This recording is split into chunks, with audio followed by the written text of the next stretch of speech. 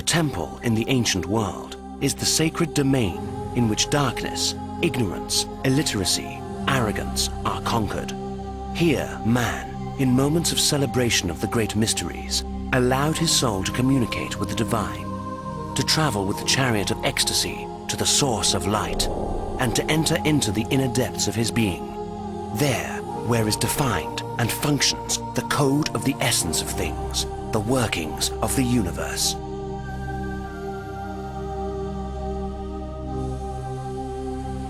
Crossing the boulevard of the new millennium, I am trying, through both the mystical doctrines of the ancient temples and the contemporary positions of the Earth's religions, to discover God and the Father, both mine and the world's.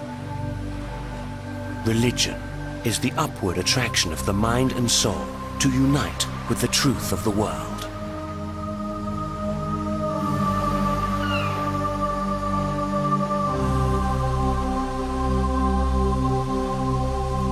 I was with my archaeological consultant, Rania Tsangari, that winter night, seated by the fireplace, looking at the flames, as we spoke of God, religion, and truth. In order for a person of our era to attain the knowledge of eternal truth, which I consider to be knowledge of the Christian teaching, he must first be familiar with the sacred practices of the ancient Greek mysteries.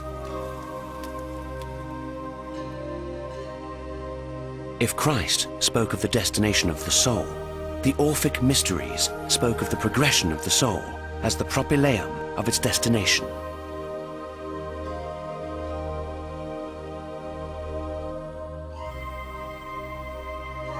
If Christ proclaimed, "Love thy neighbor," LFCs initiated mortals in the mysteries of escape from evil for the triumph of love.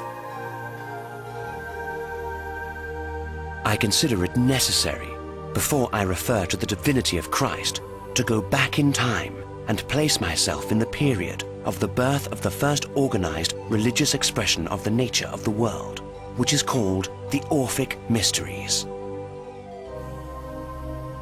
The primeval religion of the great mystic Orpheus always constituted a source of inexhaustible knowledge and wisdom.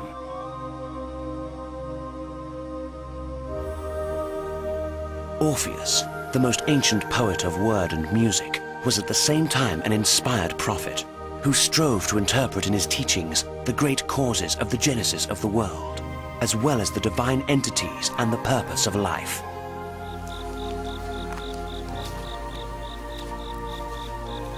The philosophical community of the ancient world calls Orpheus the father of Greek cosmogony and founder of the Greek religion.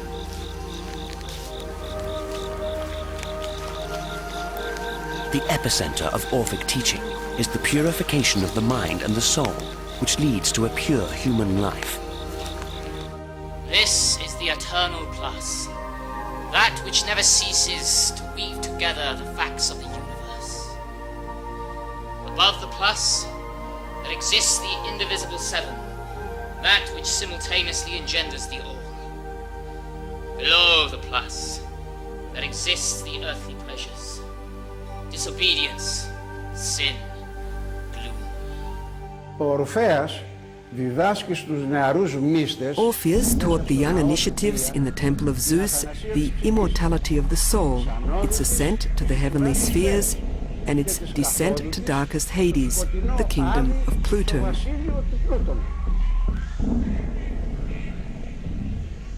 The mystical Orphic teaching elevates the Dionysian divinity to the highest pedestal of the immortals. Good and evil coexist in human nature, proclaims the Orphic teaching. Everything derives from a primordial unity, through which it lives, and finally to which it returns, the source from which it came. Everything begins and ends in the monad. Oh yes, who says? Dionysus, the son of Zeus and Semele, represents the savior of the races of the world.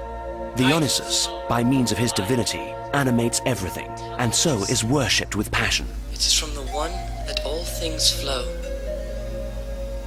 and into it they all dissolve. I'm glad, my child. When Dionysus was still a child, his father Zeus granted him the right to rule the world. One cannot be described. the system of this rule must lead human souls from darkness into light. From the one was born the firmament and the waters. And out of these two elements there emerged a monster. Time. Darkness gives birth to time and the ether. From the ether, time creates the cosmic egg. Inside the cosmic egg, Phanes exists, the spiritual Dionysus, the creator of light. At some point, the egg hatches. From its viscera springs the double form of Dionysus, who is both male and female. An autonomous reproductive force which illuminates the earthly and heavenly world. Zeus, however, seeing his autocracy threatened, swallows the infant Dionysus in order to bring him into the world again through a union with Persephone. But Zeus had reserved a tragic end for him.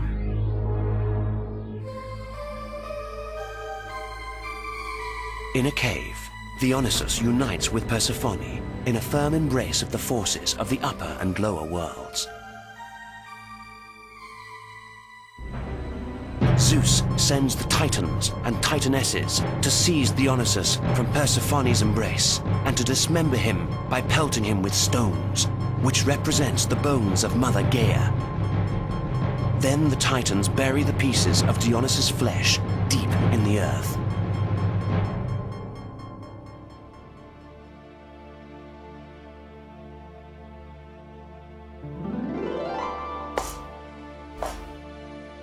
Athena comes, the goddess of wisdom, the motherless daughter of Zeus, and unearths the heart of Dionysus and takes it to Olympus to give it to her father Zeus.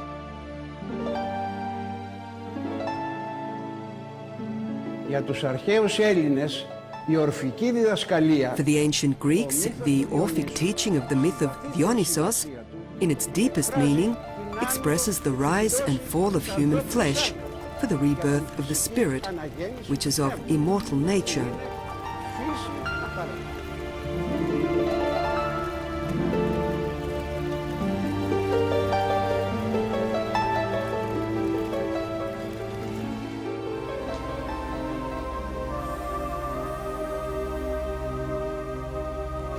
O mighty Zeus, and you, Dionysus, child of the sun, you whose form shines in the upper and the lower world, spread before the eyes of the new visionary the link which connects the sciences of heaven and earth, and imbue his heart with the knowledge of the immortal gods. Orpheus passes the torch of knowledge to his faithful student Musaeus, of the mystical drama of the rise and fall of the human form, which has to do with the flesh, and invites him to leave his body and fly with him beyond the earth, beyond the caves of dark earthly spirits, to depart from the material world and fly high in the sky. And then, among the stars, Orpheus can reveal to him the majesty of the heavenly world. There where the soul, liberated from the tyrannized titanic form of the body, is united with the divine essence and communes with the heavenly spirits.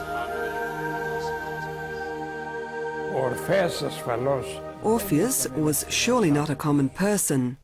This is why his moral word passed like a radiant meteor through the centuries.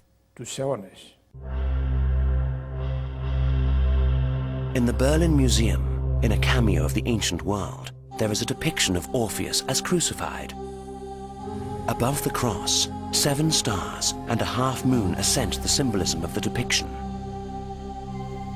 The presentation of the crucified Orpheus is not a matter of chance. It is perhaps the bridge which unites the past with the future of the true religion, which is Christianity.